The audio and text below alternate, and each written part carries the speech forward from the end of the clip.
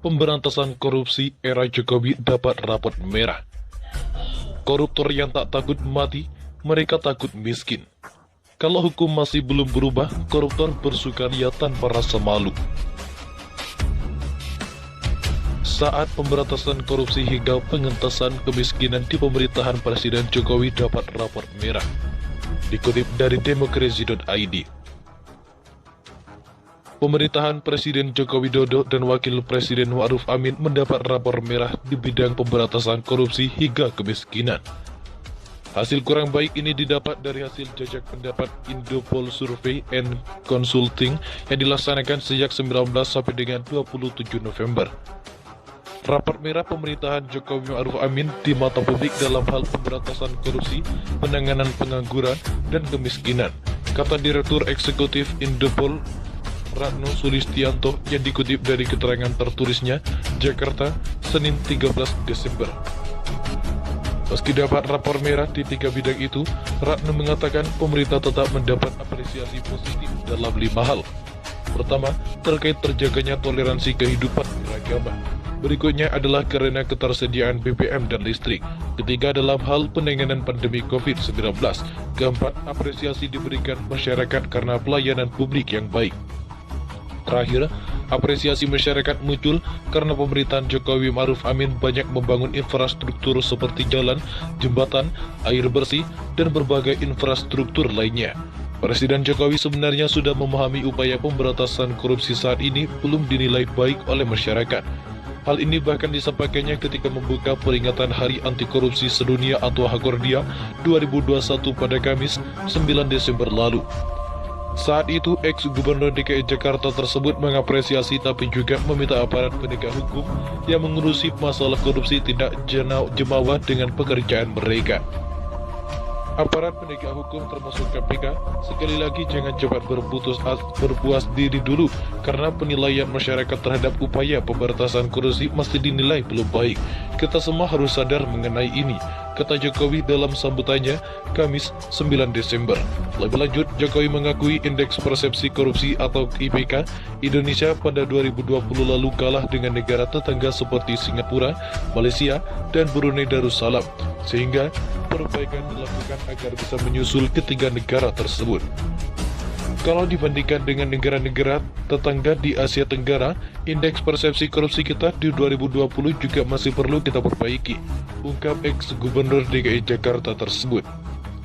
Singapura di ranking ketiga, Brunei Darussalam di ranking 35. Ini di Asia dari 180 negara. Singapura sekali lagi di ranking ketiga, Brunei Darussalam ranking 35, Malaysia ranking 57, dan Indonesia masih di ranking 102.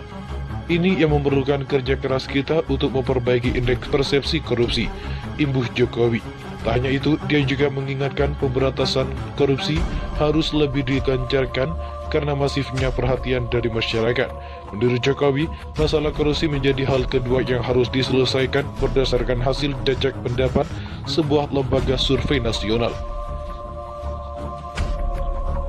Sementara pada peringkat pertama adalah perihal penciptaan lapangan kerja dan peringkat ketiga adalah harga kebutuhan pokok. Jokowi pula saja meminta aparat penegak hukum untuk tidak berpuas diri karena upaya pemberantasan korupsi masih dinilai belum baik. Tapi peneliti Indonesia Corruption Watch atau ICW Kurnia Ramadana mengatakan Presiden seharusnya berkaca dan menyadari alasan di balik belum maksimalnya upaya pemberantasan korupsi di tanah air. Menurutnya, tidak adanya ketegasan dari kepala negara dalam penegakan hukum, utamanya terkait korupsi, membuat upaya melakukan pemberantasan tidak maksimal. Bahkan ICW menyebut Jokowi kerap menebar janji manis dalam upaya ini. Masyarakat dapat menilai bahwa Presiden seringkali hanya menebar janji-janji manis pemberantasan korupsi, kata Kurnia dalam keterangannya kepada wartawan Jumat 10 Desember. Salah satu pernyataan yang mendapat perhatian dari Kurnia adalah perihal RUU perampasan aset untuk segera diundangkan paling lambat tahun depan. Menurutnya, apa yang disampaikan Jokowi ini tidak sesuai dengan kenyataan sehingga dapat dianggap sebagai janji manis belaka.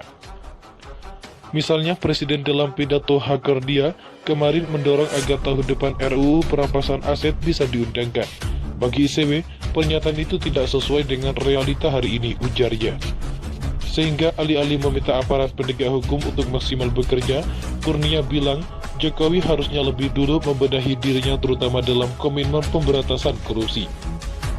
Pihak yang paling pertama harus sadar dan berbenah karena pemberantasan korupsi belum membaik adalah Presiden Jokowi sendiri. Sebab problematika penegakan hukum hari ini adalah ketiadaan sikap yang jelas dari Presiden, pungkas pegiat anti korupsi itu. Setara Institut. Koruptor tak takut mati, mereka takut miskin. Direktur Riset Setara Institut Halili Hasan menolak adanya pidana hukuman mati terhadap kasus apapun, termasuk kasus korupsi. Menurut Halili, pidana hukuman mati tidak efektif dalam menurunkan angka atau indeks korupsi di Indonesia. Ia menilai koruptor lebih cocok dimiskinkan ketimbang dihukum mati. Dalam pandangan Setara, hukuman mati bukanlah pendekatan penegakan hukum yang tepat dalam pemidanaan kasus apapun, termasuk kasus korupsi. Pemiskinan merupakan hukuman yang tepat. Koruptor itu tidak takut mati, mereka takut miskin. Makanya para pelaku itu melakukan korupsi, kata Halili melalui keterangan resminya Senin 13 Desember 2021. Halili juga menyurati munculnya tuntutan hukuman mati terkait perkara korupsi PT Asobri. Ia berpandangan bahwa ada dugaan unsur politis di balik tuntutan hukuman pidana mati terhadap terdakwa kasus korupsi PT Asobri, Heru Hidayat. Saya membaca selalu ada politik di balik penuntutan hukuman mati, jadi tidak murni selalu atas dasar pertimbangan hukum, terangnya. Halili menduga tuntutan pidana mati terhadap Presiden Direktur PT Trada Alam Minerda atau TRAM tersebut sebagai upaya dari jaksa penuntut umum Kejagung untuk mendapatkan sentimen positif dari publik. Sebab Kejaksaan Agung saat ini sedang diterpa isu miring. Untuk penuntutan hukuman mati atas Heru Hidayat di kasus Asobri, ini seperti ada motif untuk meraih sentimen positif publik di tengah sentimen negatif terhadap Jaksa Agung, karena dugaan Jaksa Agung memiliki 2 istri, pungkasnya. Senada dengan Setara Institut, Amnesty International Indonesia juga secara tegas menyatakan menentang hukuman mati untuk segala kasus, tak terkecuali terkait tuntutan pidana mati terhadap terdakwa Heru Hidayat. Aktivis HAM ini bahkan menyebut politisi dan pejabat sering mengulangi klaim menyesatkan bahwa hukuman mati dan hukuman kejam lainnya membuat efek jera. Padahal menurut hasil riset berbagai lembaga, termasuk Amnesty, hukuman mati tidak menimbulkan efek jera.